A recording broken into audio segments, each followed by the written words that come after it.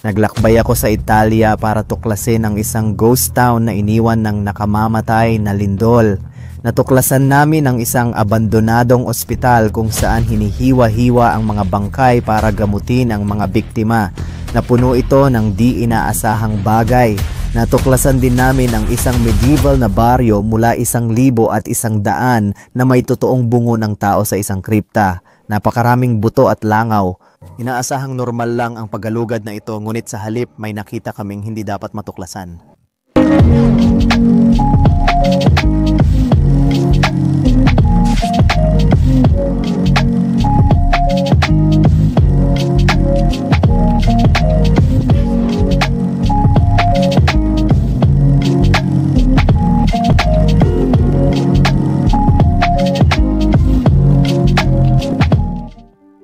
Ang mga lugar na makikita mo ay na video noong taglagas ng 2022 habang ako ay nasa Italia. Ang paglalakbay na iyon ay tungkol sa pagtuklas ng mga nakalimutang lugar, partikular ang Fossa, 1,000 taong gulang na baryo sa kabundukan ng gitnang Italia na nais kong galugarin at idokumento. Kung di mo pa napapanood yung video na yon, nasa channel na to at sobrang nire-recommenda ko na panoorin mo pagkatapos nito. Ang Fossa ay dati payapang bayan, puno ng tradisyon, dikit na pamilya at siglo-siglong kasaysayan. Pero noong ika-6 ng Abril 2009, nagbago ang lahat. Isang malakas na lindol na may lakas na 6.3 ang tumama sa rehiyon, winasak ang L'Aquila at iniwang wasak ang mga bayan tulad ng Fossa. Habang mas lalo kong sinisiyasat ang nangyari noong araw na iyon, nalaman ko na ilang milya lang ang layo, isa pang bayan ang tinamaan din ng parehong mapaminsalang lindol. Karamihan sa bayan ay nakabangon na, ngunit may isang lugar na hindi na muling ginalaw. Isang ospital na matagal nang inabandona ang agad naming napansin, at hindi lang basta-bastang ospital ito. Noong kasagsagan ng sakuna, nagsilbi ito bilang isa sa mga pangunahing emergency center ng rehiyon nang gumuho ang mga gusali at nangamba ang mga tao. Dito dinala ang mga nakaligtas, dito nakipaglaban ang mga doktor sa gitna ng kaguluhan, at dito rin nagtagpo ang pag-asa at dalamhati. Pero tulad ng Fossa, iniwan din kalaunan ang ospital na parang natigil sa oras noong ito ay inilikas. Pero ang pinaka-nakakabahalang bahagi ay nasa mas malalim na bahagi ng morgue. May mga bisita nang nakakita ng mga labi ng tao. Ang nagpapasurreal dito ay ang pagkakanatiling buo at parang hindi nagalaw ng ilang bahagi. Ipinapakita ng ospital na ito ang epekto ng lindol. Pinapakita rin nito ang nangyayari kapag napilitang lisanin ng isang lungsod ang lugar na nilikha nito para makaligtas. Pero hindi doon nagtapos ang aming paglalakbay. Kinabukasan, nagmaneho kami papasok sa kabundukan sa mga daang kinalimutan na rin ng Google Maps at natagpuan namin ang Santoro Benedetino, isang medieval na baryo na inabandona matapos ang isa pang malakas na lindol noong 1997. Hindi na lang ito simpleng road trip. Naging misyon na ito para tuklasin ang mga kwentong nilamon ng panahon bago pa sila tuluyang maglaho. Gustong-gusto ko kung gaano kaluma at inabandona ang lugar na ito. At ngayon, nandito kami sa simbahan at talagang kamangha-mangha ang itsura nito. Meron tayong mga magagarang estatwa at napaka-neoclassical ng disenyo. Dati napakagandang simbahan ito, ngunit ngayon ay napabayaan na at nasira. Ngayon, hindi lang ito kamangha-mangha dahil sa arkitektura nito, kundi may mga naiwan pang gamit at may isang bahagi na parang morgue na susubukan naming hanapin. Excited akong ipasyal kayo dito. Kukuha rin ako ng mga litrato, kaya tingnan nyo sa mga social media links ko sa ibaba ng description o hanapin nyo ako bilang Steve Ronin. Dumidilim na kaya parang gabi na ang exploration, pero sana magustuhan nyo pa rin. Magiging sobrang nakakakilabot ito. Mukhang mas malaki yun, ha? Pare, pakiramdam ko kaya niyang tumalon. Mukha siyang isang... Bakit parang may mga antena siya sa likod? Oo nga, meron. Ang weird ng gagamba na ito, mga pare. Oh, ano ba yan? Hindi, mga paa niya yun. Nakatayo sila ng ganyan? Oo, nasa defense mode siya. Ah, sige. Kaya pala, ganito ito. Huwag kang mag-alala, hindi ka namin aatakihin, pare. Hindi ngayon. Nag-iikot lang kami dito sa lugar na to, hinahanap namin yung morgue. Pero may mga magagandang kwarto pa na pwedeng makita bukod doon. Habang naglalakad kami at hinahanap yon, ipapakita ko sa inyo yung ibang magagandang kwarto. Tungkol sa magagandang kwarto, isa ito sa mga yon. May mukha ng isang tao diyan at tingnan mo yung kisame. Makikita mo na dati siguradong maganda ang painting na yan. May nakasulat na paglalarawan dyan sa ilalim ng ulo ng estatwa.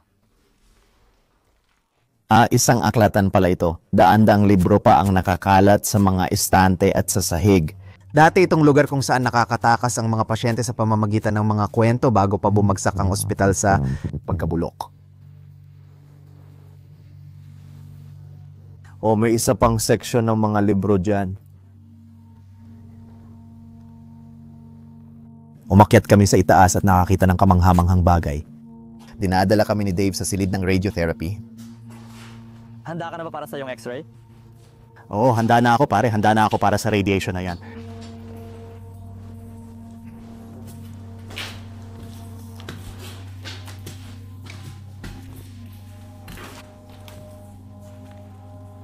Grabe, bumagsak ang bahaging ito ng gusali.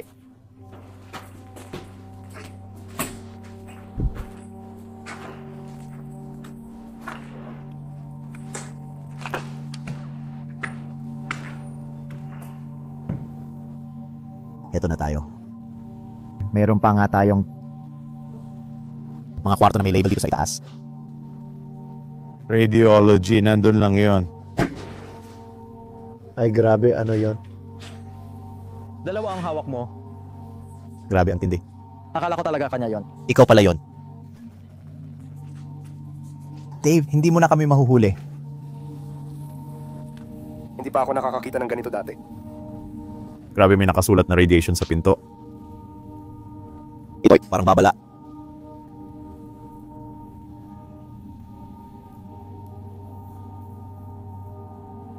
Nako, ito pala ay isang silid ng x-ray. Oh, Malalaman mo dahil sa mga bintana. hindi pa ako nakapag-x-ray sa mga ito. Pupunta ako dito para ipa-x-ray. Oo nga, kakaiba ang itsura niyan. Maliban na lang kung may ilang kagamitan na inalis. O posible nga. Nakakita na ba kayo ng ganitong x-ray? Magkomento kayo kung meron na. Ano sa tingin niyo tungkol doon? Isa itong bariles na parang may tubig. Oo, ang dumi niyan. Huwag kang uminom at huwag mong subukan yan. Hindi, puno yan ng mga kitikiti ng lamok. Oo nga, tama ka.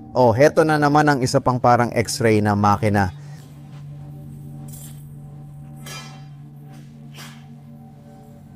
Mukhang kakaiba na naman. Hindi talaga ito ang nakasanayan kong makita.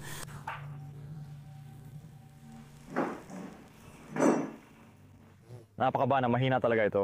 Nakakita kami ng scan, mukhang gulugod. Yun ang parang balakang. Malamang ito na nangao. Parang baywang mo. Ay nako. Diyos ko, ang daming alikabok. Talagang natatapakan natin sila ngayon. Ang dami nila dito sa sahig. Mabuti't mahirap makita dahil sa makapal na alikabok at amag. Habang lumilipas ang oras, nagbago ang focus namin. Determinado kaming hanapin ang morgue. Ang ospital ay parang maze ng madilim na pasilyo at paikot-ikot na hagdan. Ano ba yan? Hindi naman ito parang kahoy na tulis. Parang ito yung mga ginagamit ng mga impaler para pumatay ng mga vampira. Hindi ko rin alam bakit andyan yan. Mukhang wala na itong patutunguhan. Diretso lang palabas. Ngunit habang lumalalim kami sa ilalim ng lupa, mas nadarama naming napapalapit kami. Dapat nandito ito sa basement, hindi mo makikitang nasa ibang lugar pa ito. Pakiramdam ko dito ito dadaan kasi may mga malabong bintana dito na karaniwan mong makikita sa mga morgue. Kaya hindi pala ito mismo ang morgue, nadapa ako sa autopsy room. Ito yung lugar kung saan unang sinusuri, pinag-aaralan at dinodokumento ang mga bangkay bago ilipat sa cold storage. Ito ang ilang slab tables kung saan inilalagay ang mga katawan.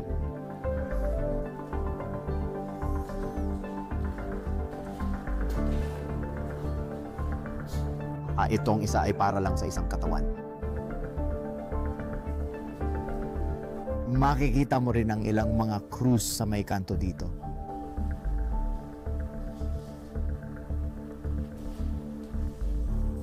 Mas maliit ang kwartong ito kaysa sa iba. May isang lamesang semento lang. Sa tingin ko, alam ko na kung bakit. Malamang itong bahagi ng morgue ay ginamit para sa mga estudyanteng gustong matutong mag-dissect ng mga bangkay. So nakaka-frame ang larawan na nagpapakita ng mga bahagi at detalye ng katawan. Malamang ginagamit ito sa pag-aaral. Talagang kakaiba isipin na balang araw lahat tayo ay kailangang mahiga sa mga lamesang iyon. May isa pang larawan na naka-frame na may larawan ng anatomiya ng tao. Ay, ang sagwa nun. Sigurado akong may mga labi ng tao sa bag na yon at ngayon yung mga puting bagay ay puro crystallization na galing sa mga chemical. May ilang bote dito na mukhang may laman pang solusyon. Sige, kailangan pa nating hanapin yung mismong morgue room kung saan nila hinihiwa-hiwa ang mga katawan. Dito, meron pa tayong nakikitang parang mga tubo. Malamang dito nila nilalagay ang ilang samples. Oh, ito na ang huling kwarto. Sa wakas, nahanap ko na ang morgue. Karamihan sa mga abandonadong morgue na napuntahan ko ay nilinis o inalisan na ng laman pero hindi ito. Hindi pa ito nagalaw, parang nagyelo mula nung huling katawan na dinala rito. Malinaw na walang bumaba dito ng maraming taon. Malamang kami ang unang nagdokumento ng natira rito. Dito nila hinihiwa-hiwa ang mga katawan at halos lahat ay naiwan pa sa loob. Medyo nakakabahala talaga ito. Grabe, Diyos ko. Tingnan mo yan. Parang mga sample ng ihiya. Sa tingin ko may laman din itong laman ng tao. Yung bagay na yan, parang balat ng tao. Grabe. Dito nila nilalagay ang mga bangkay sa parang refrigerator na ito. Pinananatili nilang nagyayelo dito ang mga bangkay bago ilabas. Ihihiga nila ang mga bangkay sa mga mesa ng morgue na ito at sisimulan nilang linisin. Pagkatapos nilang linisin, ilalagay nila ito sa mesa kung saan nila ito hinihiwa-hiwa. Kita mo dyan ang maliit na drain para sa... May mga bagay dito sa istante, mga chemical na ginagamit nila at alak para i-disinfect ang katawan at gawin ang iba pang mga bagay. Kadiri, sa tingin ko, mga laman loob ang laman ng mga kahon na ito. Nakalagay mismo na cat gut, nakakaloka. Tingnan mo ang mga bag na ito, literal na tuyong bahagi ng tao. Mas marami pang tuyong bahagi ang makikita sa sahig. At pati na rin sa mesa ng morgue. May mga labi rin ng tao sa mesang ito. Mukhang laman ng tao na nabubulok na. Sa paglipas ng panahon, may natitira pa tayong mga buto. Maliit sila pero mukhang mga buto ng daliri. Tingnan natin kung saan patungo ang mga hagdang ito. Mukhang yon na yon. Wala na, hanggang dito na lang. Pero malamang ito ang daan palabas. Sige mga pare, tapos na tayo dito. Nagpicture-picture tayo gamit ang mga ilaw. Nilagay lang namin ang mga light panel namin sa ibabaw nila para gayahin yung lighting effect na parang naka-on sila. Kaya kung akala nyo naka-on yung mga ilaw, hindi, nilagay lang namin yung light panels namin. Alam mo na, kailangan mo lang maging malikhain sa mga ganitong lugar minsan. Kaya ayan, maliit na tip lang para sa inyo. Kung gusto nyo ring kumuha ng mga litrato na ganito, ay ano ba yan, may apron dito. Uy, may kung ano sa ibabaw nito.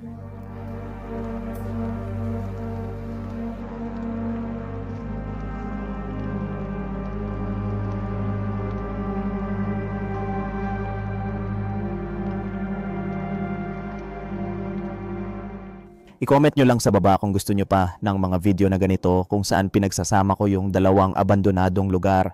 Alam ko naging maganda ang feedback dati at mukhang nag-i-enjoy kayo pero gusto ko pa rin marinig ang opinion nyo. Lalo na sa mga ganito na hindi naman kalakihan o sobrang kakaiba pero may mga astig at unique na kwarto pa rin. Makikita nyo, maliit lang talaga yung exploration pero lahat ng kwarto dito ay talagang panalo. Yung simbahan na tinubuan na ng mga halaman at lalo na yung morgue na halos kumpleto pa ang gamit. Bihira mo talagang makita yan kapag nag-e-explore ka ng mga abandonadong lugar. Sobrang rare at masaya ako na na-document ko ito para sa inyo. O aalis na kami, tatapusin na namin ito, uuwi na kami, mahaba-haba pa ang biyahe at kakain pa kami ng hapunan. Gutom na ako guys. Kinabukasan, mas lalo pa kaming pumasok sa kabundukan. Tinahak namin ang mga baku-bakong daan na matagal nang nakalimutan ng mga turista at global positioning system. Sa huli, nakarating kami sa Santa Benedicto, isang tagong medieval na baryo na nakatago sa isang tahimik na lambak. Itinatag ng mga mongheng Benedictine noong 1100 taon umunlad ang baryo sa loob ng maraming siglo. Dahil sa lokasyon nito, namuhay sila mula sa ani, gumagawa ng alak, langis ng olibo at butil.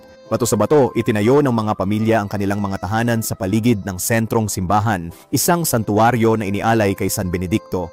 Sa paglipas ng mga siglo, nagpalit ng may-ari ang baryo. Pagsapit ng 1700 taon, isang mayamang pamilyang Maharlika ang namuno rito at ginawang pribadong ari-arian ang dating monastikong lugar. Ngunit sa halip na magtayo ng isang malaking villa, nagtayo sila ng maraming bahay, isang tahanan para sa bawat henerasyon. Ang kapilya ang puso ng pamayanan na higit pa sa simpleng lupa kundi isang pamana. Subalit noong 1977 nilindol ito, nagiba ang mga bubong, napinsala ang mga pundasyon at nabiyak ang sinaunang mga kahoy na biga. Nilisan ng mga residente ang lugar at hindi na muling naibalik ang sigla ng baryo. Sige. Kamusta mga tagahanga ng Ronin? Kakarating lang namin dito sa kagubatan ng Italia. Mag-e-explore kami ngayon ng isang abandonadong ghost town. Kasama ko ngayon sina Band World Explorer at Ragjasser Films, pati na rin ang magandang Link & Co. Napakagandang kotse nito. Aakyat pa kami at titingnan pa ang iba pang bahagi ng bayan habang umaakyat kami.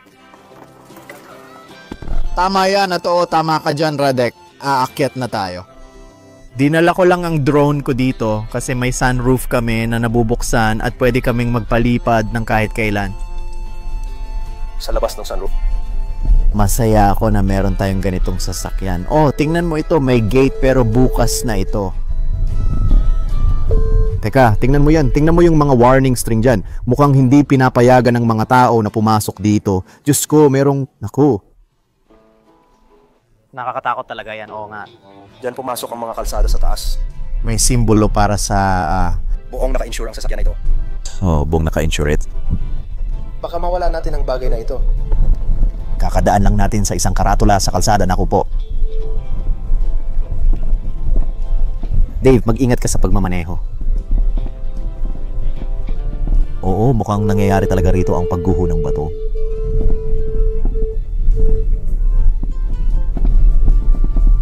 Nalilihis tayo. Sandali.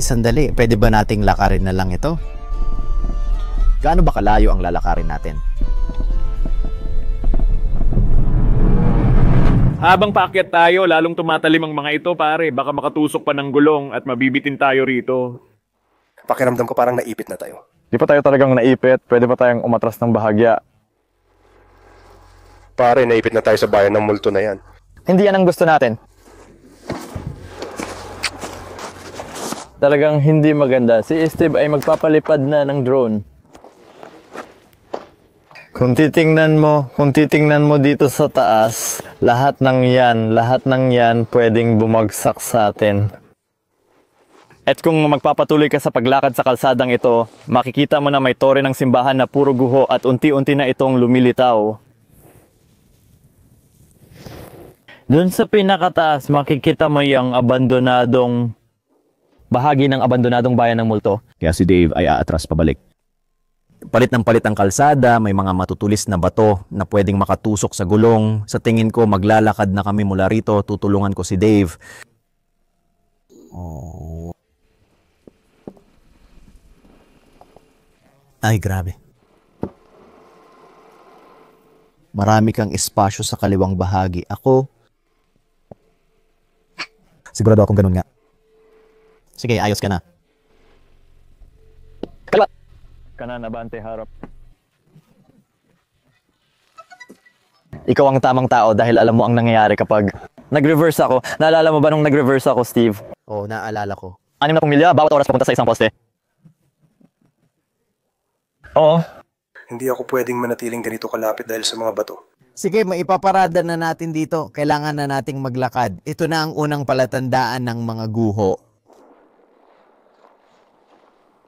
Wow, amoy mint ako. Ano yon? Ano yung amoy na yon? Sa tingin ko may mga dahon ng mint dito sa labas. Oo, sigurado akong dahon ng mint yun. Ganito nakataas ang narating natin ngayon. Isa ito sa mga bahay.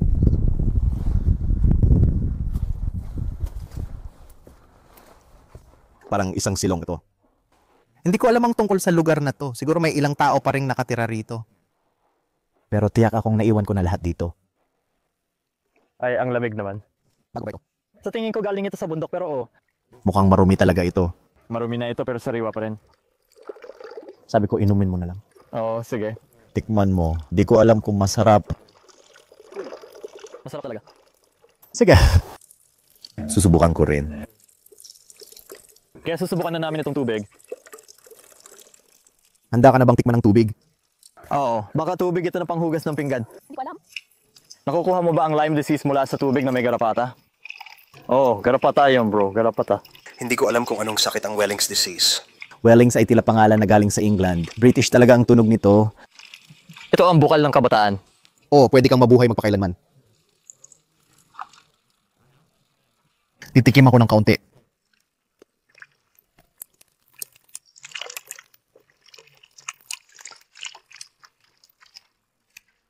Uy, ang sarap nito. Ayos, pare. Sobrang presko.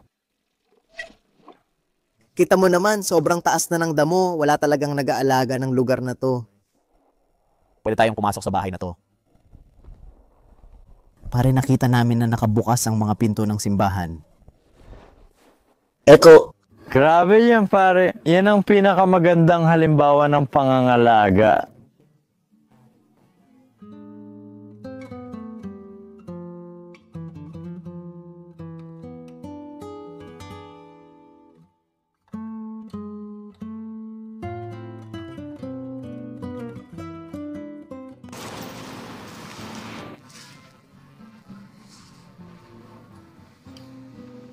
Lumulubog na ang araw, nauubos na ang oras, ngunit marami pang dapat matuklas. Nagpasyang maghiwalay kami ni Dave. Nanatili ako sa ibaba para siyasatin ang mga gusali, samantalang umakyat si Dave sa bundok para tuklasin ang natitirang bahagi sa itaas. Mukhang ito ay maaring naging isang simbahan o isang libingan. Oh, mukhang parang Ay, ano ba yan? yan ay isang libingan. Yan mga itong libingan. Ito ay isang buong libingan. Parang dambuhala ito bro, baka ito ay isang dambuhalang libingan lang. Baka para ito sa mga pari o kung sino man mga santo. O kaya naman libingan lang ng isang mayayaman. Pare, yung bungo. Grabe, ang wild nun. Buto ba ng hita iyan? Oh, buto ng hita. Hindi ako makapaniwala na totoong bungo yan. Totoong bungo ng tao yan. May tao talaga dyan. Diretso talaga yon. Tunay na bungo ng tao. Sa itsura nito, parang kang mga pader at ang disenyo nito, pakiramdam ko ay isa itong mahalagang tao. Oo, tingin ko ito ay isang libingan para sa isang mayaman or mahalagang tao. May posibilidad na kinuha ng mga magnanakaw ang kanyang mga buto at gamit at iniwan ang kanyang labi sa libingan. Oo, pero iniwan nila ang pinakamahalagang bagay. Ang bungo ang parang pinakamahalaga. Hindi, sa tingin ko ang habol nila ay kung ano man ang suot niya sa katawan niya. Ewan ko pare, malaki ang halaga ng mga bungo. Malapit ba yon? Parang dalawang mata at ilong lang ang nasa mga bato. Oo nga, parang ganun nga. Oo, tama ka. Oh, yung pader na yan. Yung pader sa harap natin parang bungo ang itsura. Gulat ako, nagtataka ako kung meron pang ibang tao sa ghost town na ito. Radek, sa palagay ko, hindi ito ang libingan. Kung anumang butas, ito ang siyang libingan.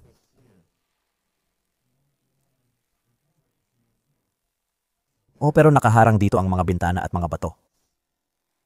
Mabibigat na bato pa. Parang ayaw talagang may makasilip sa butas na to. Tingnan natin, tingnan natin.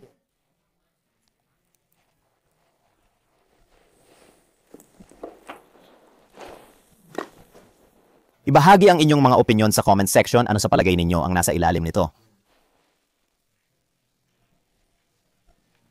Tama, gusto kong igalang ang lugar na ito hanggat maaari. At hindi ko hinahawakan ang bungo. Anong mangyayari kung hawakan mo ang bungo? Malas. Malamang? Gusto mong mahawakan ng iba ang bungo mo? Malamang gusto mo. Kilala kita, malamang gusto mo nga. Malamang wala kang pakialam. Malamang wala rin akong pakialam. Pwede mong hawakan ang ulo ko, pare. Sige, tingnan natin kung anong meron dito sa ilalim, oh. Ano ba yan? Isang buong libingan yan. Tiyak na marami pang mga buto sa ilalim niyan. Meron bang may dalang posporo o lighter dyan? Namatay na ang ilaw ko. Sige. Tingnan ko nga. Malamang dito hinukay ang bangkay. Diyos ko pare, ang daming buto at ang daming langaw. Hindi lang isang buto ang nandito. Ano ba ito? Ay, grabe. May isa pa bang bungo? Pre, Mas malaki ba ang bungong yan? patingin nga. Nasa baba yon. Grabe naman. Isa pa bang bungo yon? Oo, sa tingin ko. Parang nakatalikod pa. Mukhang may nakakabit pang spinal cord dito. Medyo natatakot ako. Yung mga tao na nagbubukas ng libingan, nagkakasakit sila pagkatapos. Talaga? Dahil ba sa pagkabulok, baka may kung ano sa hangin na pwede nating malanghap. Di ko alam. Mabaho ba parang bangkay? Ayon sa mga kwento, may mga nagkakasakit kapag binubuksan ang mga libingan. Habang iniimbestigahan namin ni Radek ang libingan, naglalakbay na si Dave sa ibang mga guho. Hindi ko ito mismo nakuhanan ng video dahil madilim na pagkalabas ko. Pero sa kabutihang palad nakuha lahat ni Dave sa kanyang kamera. Kaya ngayon, narito ang mabilisang silip sa mga natuklasan niya at pagkatapos nito, ipapakita ko sa inyo ang libingan na may mga bungo sa loob. Dalawang lumang mesa at upuan. At parang may kwarto dito sa itaas. Sobrang linis dito, sa totoo lang. Ito na lahat ng iyong naipon sa loob ng maraming taon. May pamilya kang pinalaki dito, mga henerasyon ng iyong pamilya. At sa susunod na sandali, kailangan mo nang lumikas. At hindi ko dapat sinasabi ito dahil nandito ako. Pero makikita mo, ewan ko kung makikita sa camera, pero ang buong gusali ay tabingi habang nakatayo ako dito. At yung kisame doon, ibig kong sabihin kahit ang pagyanig ng boses ko dito ay maaring sapat na para magpag-iba ng lugar na ito. Hindi ko nga alam kung paano ka aakyat sa itaas o hindi. O baka dito sa taas may mga mani na lumilipad kung saan-saan. Ang buong lugar na ito ay parang nakatagilid na nakakandado.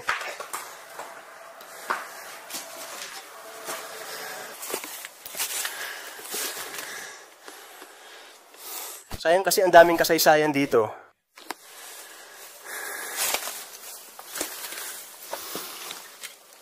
Wow. Malamang isinabit lang na parang lumang sampayan.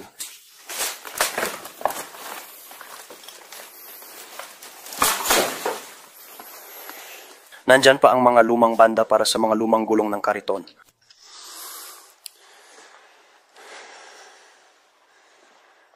O baka para rin yun sa mga bariles.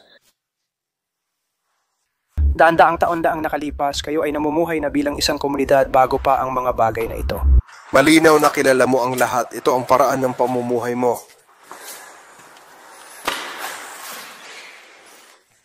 Tingnan mo kung gaano kaganda ang mga ito. Kaya gaya ng sinabi ko, malamang na ang mga ito ay na-renovate sa isang pagkakataon.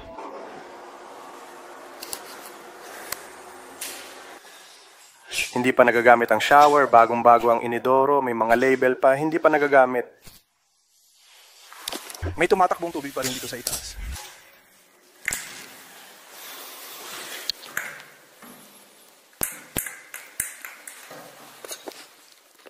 Mga pare, dapat ako ilagay sa villa na ito at panatilihin dito sa itaas. Magiging masaya na akong tumira rito.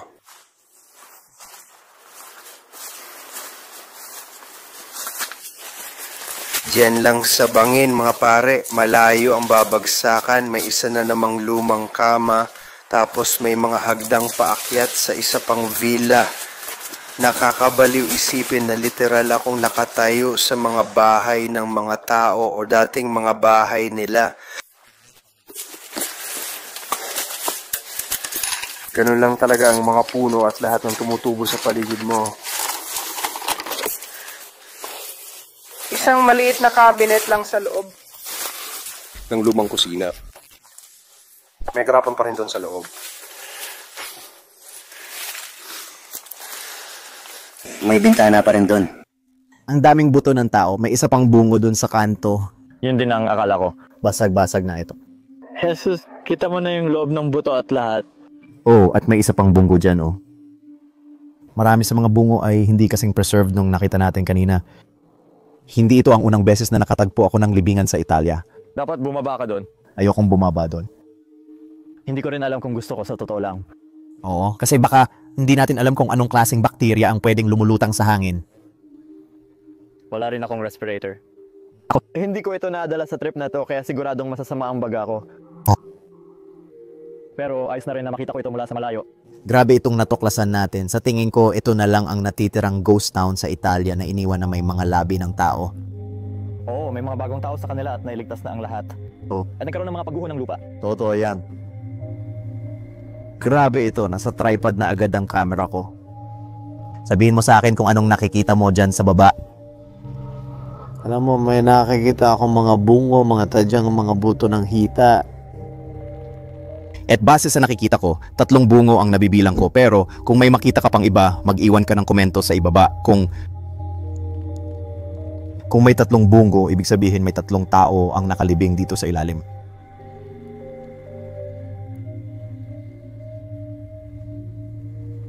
May paniki rin sa loob niyan. May nakita akong lumilipad doon sa ibaba. Oo, ganyan nga. Nakita namin yung footage ng panicky at grabe, parang may isa pang daanan sa kung saan. Pero iniisip namin na baka dito sa kwartong ito, makikita mo rin na sinubukan ng mga tao na sirain ang sahig dito. Sino ba ang nakakaalam kung gaano kalalim ang libingan sa ilalim ng lupa na yon? Baka umaabot pa sa buong baryo. Siguradong isang santuwaryo ito dahil nakikita ko ang dome na kisame na karaniwang makikita sa mga simbahan o kapilya. Sige, oras na para isara ulit ito. May kutob na ako na lapida ito. Tama nga. Pero gusto ko talagang maging magalang sa lugar na ito dahil nirerespeto ko ang mga yumao. Hindi natin alam kung sino ang taong ito o kung buhay pa ang mga kamag-anak nila, ang mga ninuno nila. Maaring daan-daang taon na ito. Sino ba ang nakakaalam? Pero alam mo, ang makakita ng ganitong bagay habang nag-e-explore ay talagang nangyayari, lalo na sa mga sinaunang lugar na ganito. Hindi mo talaga alam kung ano ang matatagpuan mo. Kaya sige, isara na natin ulit ito. Parangalan ng mga pumanaw, naway mapunta sila sa langit.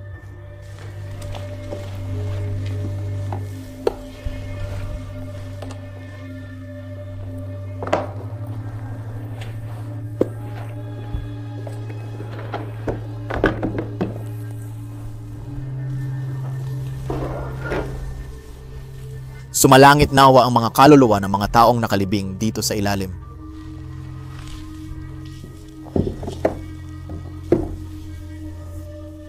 Tiyak na may magnanakaw ng libingan na dumaang dyan.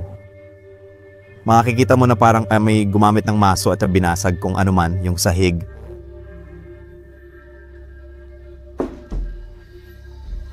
Oh.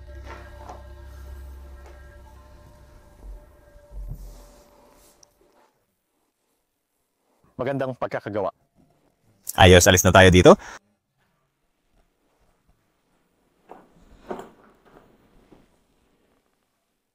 Kaya lang namin napansin na dati pala itong nakaharangan. Merong taong pilit na pumasok dito, no? Kita mo yung ilang bakal na panel dyan na malamang ay humaharang sa pasukan dati. Meron pa isa dito rin.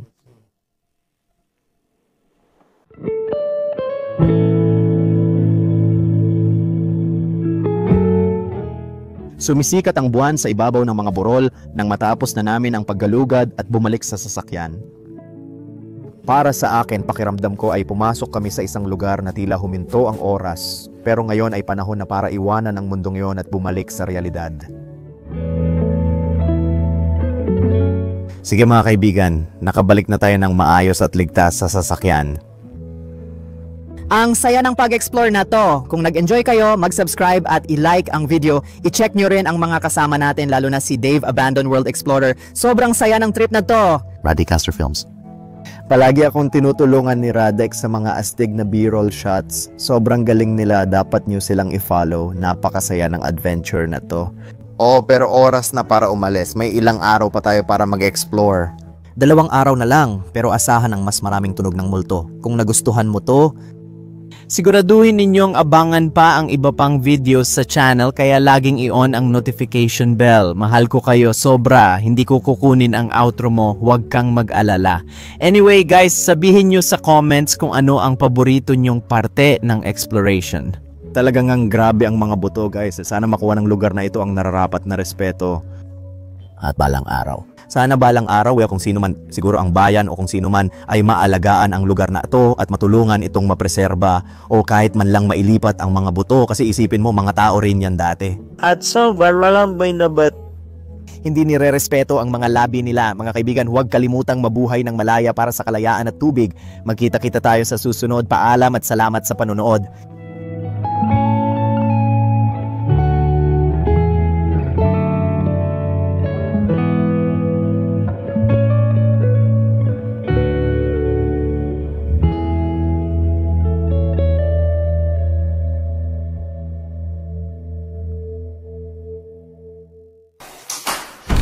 Ayos.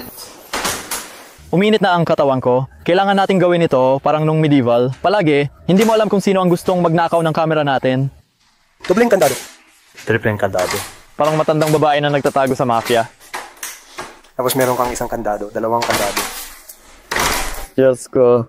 May bakal ka rin para sa karagdagang seguridad.